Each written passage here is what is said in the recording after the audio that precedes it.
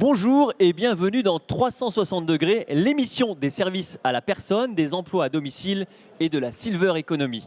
Le thème de l'émission du jour, concevoir des produits et solutions accessibles, ergonomiques pour les personnes fragiles ou handicapées. J'ai l'honneur pour en parler de recevoir sur ce plateau deux experts. J'ai l'honneur d'accueillir John Bou, qui est conseiller en accessibilité. Bonjour. Bonjour John. Et Maximilien Petitgenet, vous êtes directeur associé chez Domalis. Bonjour. Alors Domalis, qu'est-ce que c'est?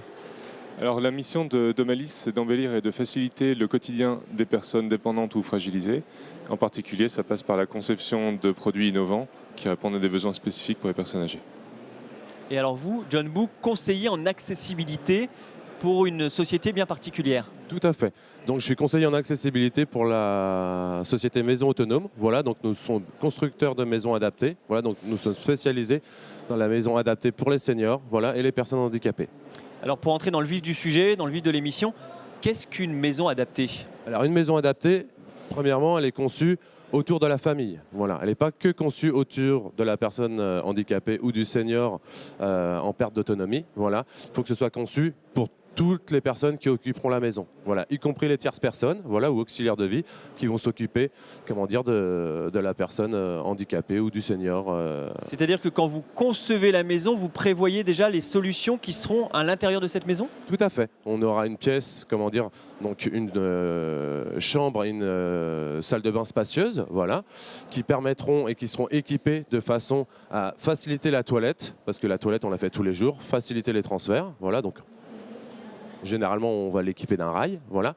Et puis après, comment dire, on a deux types de maisons, des maisons bifamiliales, voilà. Alors c'est les enfants et les parents, voilà, ou bien une solution où ce sont les seniors, voilà, qui vivent, qui ont leur propre maison. Et puis dans cette maison, il y aura une chambre spéciale, comment dire, pour les tierces personnes ou les auxiliaires de vie, voilà, avec une entrée séparée, voilà, qui permettra de rester à domicile plus longtemps.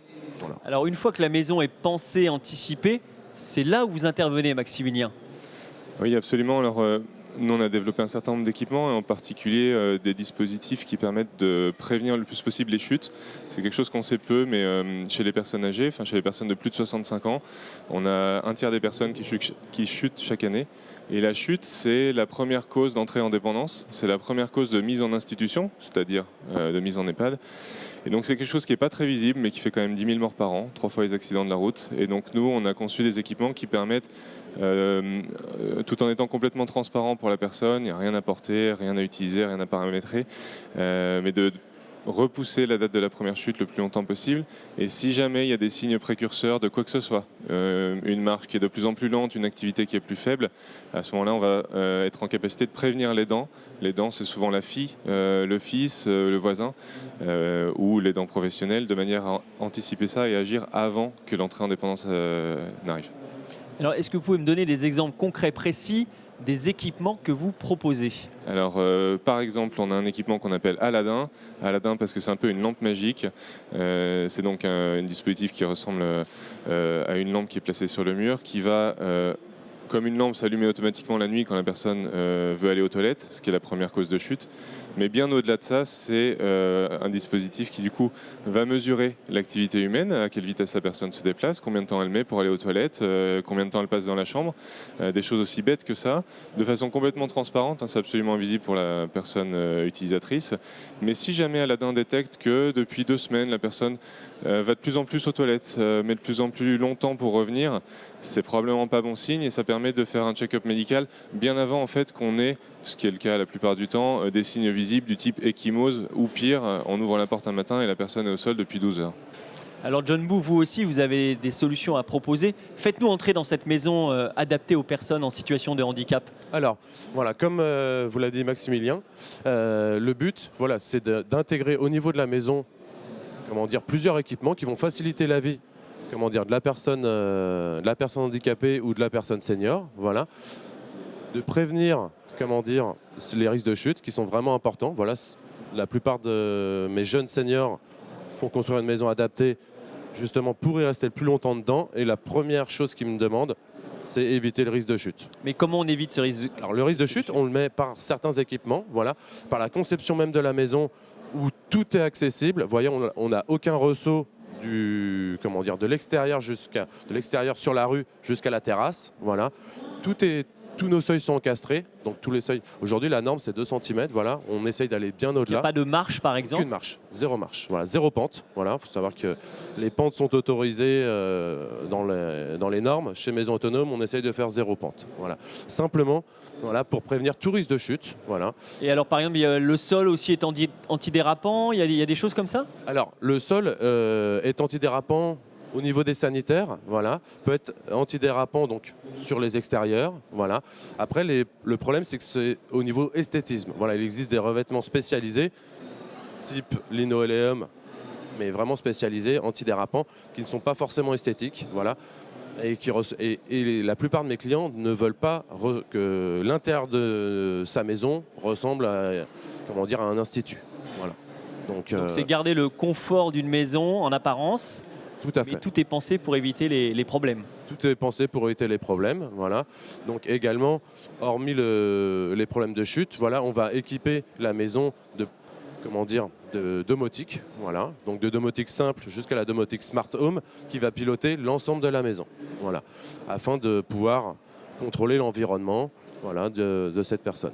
Alors justement, piloter la maison de nos jours, c'est rendu possible de manière de plus en plus simple, j'imagine, par exemple le smartphone? Oui, alors en fait, ce qu'il faut savoir, c'est que, nous, on pense en tout cas que concevoir des produits pour les personnes âgées, c'est pas quelque chose qu'ils attendent. Il faut concevoir des produits pour tous, qui prennent en compte les difficultés des personnes âgées, isolées, fragilisées. Quand vous demandez à une personne de 80 ans de parler d'elle, elle va vous dire que ce qui l'embête le plus, c'est que toutes ses voisines deviennent vieilles, mais pas elle. Donc, en l'occurrence, le smartphone, les technologies connectées, il faut pouvoir les adapter de telle manière que ce soit complètement transparent pour l'utilisateur, mais en lui apportant les mêmes bénéfices. Les téléphones à grosses touches, par exemple, c'est quelque chose qui n'a pas explosé, contrairement à des téléphones qui ont l'air d'être tout à fait normaux, sauf que les applications, l'ergonomie est prévue pour, en particulier, faciliter la vie de ceux qui ont un peu moins de connaissances là-dedans. Et donc nous, dans les produits qu'on a développés, en particulier Aladdin, toute la partie connexion, cloud, etc., il n'y a rien à faire de la part de l'usager, de la personne âgée qui va être seule chez elle. Il y a quelques manipulations à faire par le fils, la fille, le petit-fils qui lui est over-connecté. Et ensuite, tout le reste de tout ce qui est transmission de données, etc., dont l'utilisateur n'a que faire, doit se faire de manière automatique ou au pire ergonomique. Il n'y a pas de réticence à utiliser les nouvelles technologies pour les personnes un peu plus âgées? Non, en fait, dès l'instant que l'usage est là, que l'ergonomie est là, il n'y a absolument aucune réticence. Quand on présente les solutions techno ergonomiques à des personnes âgées, il peut y avoir de la surprise au départ. Mais si l'utilisation dès les premiers gestes est hyper simple, il n'y a absolument pas de réticence sur le fond. Après, il faut aussi voir que quand on dit senior ou personne âgée, on englobe dedans 3 grandes catégories en fait. Les baby boomers, ceux qui sont nés juste après la Seconde Guerre mondiale, les seniors qui sont un peu plus âgés et le grand âge. Et c'est vrai que c'est quelque chose qui est très hétérogène. Les baby boomers sont connectés, voire hyper connectés. Les seniors un peu. En revanche, le grand âge, évidemment, là on arrive dans la dépendance, on parle de personnes qui sont en EHPAD ou bientôt en EHPAD, et là on n'a plus du tout les mêmes types de comportements. Donc c'est quelque chose aussi qu'il faut prendre en compte à la fois dans la conception, dans la commercialisation, dans les discours des politiques publiques. On englobe dans Senior tout un tas de gens qui sont tous des humains très différents. Alors j'imagine que ces solutions ont quand même un coût, c'est très élevé. Alors, c'est pas forcément très élevé. Moi, je construis des maisons, je suis aux alentours de 2 000 € du mètre carré, voilà, pour une maison terminée, voilà, équipée. Alors, ça va dépendre des équipements, bien sûr, mais en moyenne, voilà, pour les travaux extérieurs et la réalisation de la maison, voilà, on a un coût très compétitif, voilà, pour une maison complètement équipée. Voilà. Les seules choses qu'on ne fait pas, c'est la cuisine, voilà, j'envoie chez un partenaire cuisiniste, voilà, l'engazonnement et l'ameublement au niveau du salon, voilà. Sinon, les sanitaires sont équipés, voilà. Mais 2 000 €, c'est combien de fois plus cher qu'une maison classique? C'est pas combien. Alors, une maison de base, ça va être aux alentours de 1 100, 1 200 € du mètre carré, voilà. Et dans ce prix-là, on ne compte pas les travaux extérieurs. Donc, les travaux extérieurs, ça va être, avant de construire une maison, on doit enlever de la terre, on doit faire un chemin d'accès, on doit faire des viabilisations, on doit mettre des puisards pour les écoulements de pluie, voilà. Ça, c'est intégré dans le coût global. Voilà. Mes clients veulent un prix global. Voilà, on a une enveloppe pour le terrain et pour la maison. Alors oui, à préciser, 2 000 € hors terrain. Voilà. Mais projet terminé, voilà. Donc portail motorisé, place pour les voitures, pourtour de la maison pour circuler autour de la maison, terrasse, voilà. À l'intérieur, nos maisons sont carrelées jusque dans le garage, voilà. Peinture intérieure, voilà. Faïence intégrale dans les salles de bain, sanitaire équipé, voilà.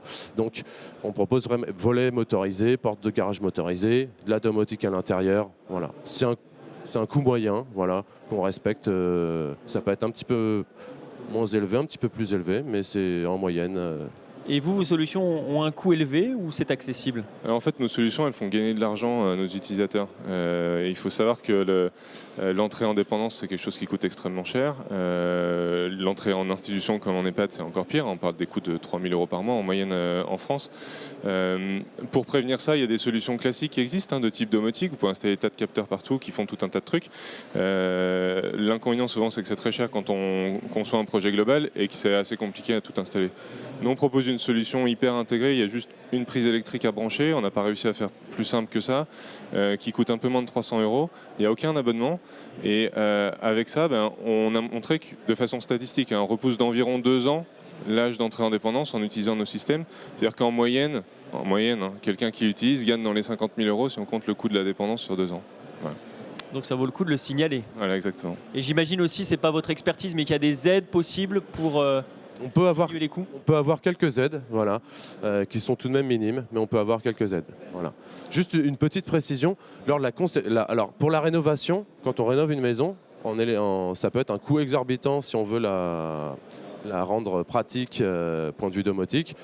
Quand on conçoit depuis la base, c'est très simple, d'avoir des coûts très bas, voilà, d'intégrer avec nos Justement, partenaires. vous anticipez un petit peu entre les uns et les autres. Tout à fait. Ouais. Mais c'est mieux de partir d'une base, voilà, pour pouvoir intégrer les futurs produits, voilà, parce qu'il y a de l'innovation permanente, voilà. C'est pour ça on prévoit des câbles et des fours en attente pour les années à venir, pour les technologies qui sortiront, voilà.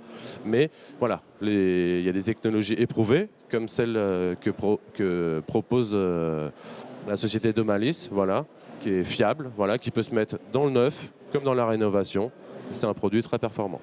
Voilà. Alors là, cette année, c'est un peu la folie du smartphone, mais dans les années à venir, comment est-ce que les choses vont évoluer pour améliorer encore les maisons accessibles et la sécurisation? Oui, en fait, on est en train déjà de passer, on le voit surtout dans les pays anglo-saxons, du smartphone à l'objet connecté. En fait, le smartphone en tant que tel n'a pas véritablement d'intérêt, c'est les usages et les informations qu'il apporte. On a des objets connectés maintenant un petit peu partout, des imprimantes connectées, des chaussettes connectées, etc. Encore une fois, ce qui va compter derrière, c'est le bénéfice qu'en tire l'usager. Et on voit, il y a des startups qui se créent tous les jours là-dedans, certaines qui sont absolument brillantes, qui apportent encore une fois de façon totalement transparente, une techno qui est hyper complexe derrière, qui est capable de traiter du big data, mais de manière à apporter à l'usager l'information pertinente au bon moment. En particulier, notre cheval de bataille, c'est de dire que mettre des capteurs partout dans une maison pour mesurer tout un tas de trucs, ça donne beaucoup trop d'informations derrière à l'aidant qui, au final, quand on a trop d'informations, on ne la lit plus. Nous, tout l'enjeu qu'on a, c'est que Aladdin, par exemple, analyse tout ça et ne vous envoie une information que si elle est importante, si elle est pertinente, que s'il se rend compte qu'il y a un petit truc qui est en train de déconner, entre guillemets. Mais le reste du temps, vous avez un indicateur hyper basique qui vous dit que tout va bien. Et c'est ces usages-là dont nous, on est persuadés que les personnes âgées, mais tout le monde, en fait, est en attente d'eux. Eh bien, messieurs, je vous remercie pour votre analyse. Je vous dis à bientôt. Cette émission, vous pouvez la retrouver sur demain.fr et sur YouTube, Salon des services à la personne TV. À bientôt pour une autre émission. Au revoir.